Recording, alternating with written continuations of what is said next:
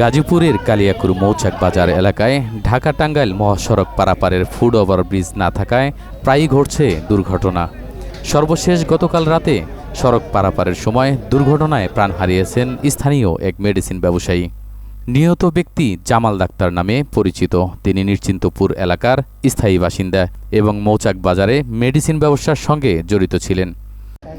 গতকাল রাতে ঢাকা টাঙ্গাইল মহাসড়কের মৌচাক বাজার এলাকায় রাস্তা পারাপারের সময় দুর্ঘটনার শিকার হয়ে তিনি মারা যান। এই ঘটনায় ক্ষোভ ও প্রতিবাদ জানিয়ে মৌচাক বাজার মালিক সমিতি ও সাধারণ ব্যবসায়ীরা একত্রিত হয়ে ঢাকা টাঙ্গাইল মহাসড়ক অবরোধ করেন।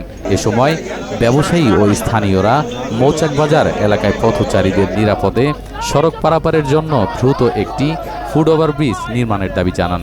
আমাদের এই মৌচাক বাজারের সাথে ঢাকা টাঙ্গাইল হাইওয়ে রুটের উপরে একটি ফুট ওভারব্রিজ অতীব জরুরি। বিগত দিনে এখানে 10 থেকে 15 জন লোক নিহত এবং শত শত লোক আহত, এবং কি কালকে আমাদের মৌচাক বাজারের সবচেয়ে পুরাতন একজন ডাক্তার জামাল সাহেব এখানে নিহত হয়েছে।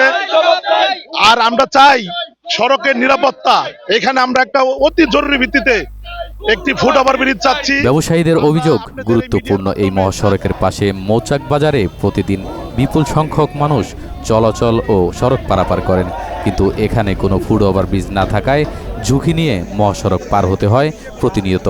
ফলে প্রায়ই ঘটছে দুর্ঘটনা ও প্রাণহানির ঘটনা।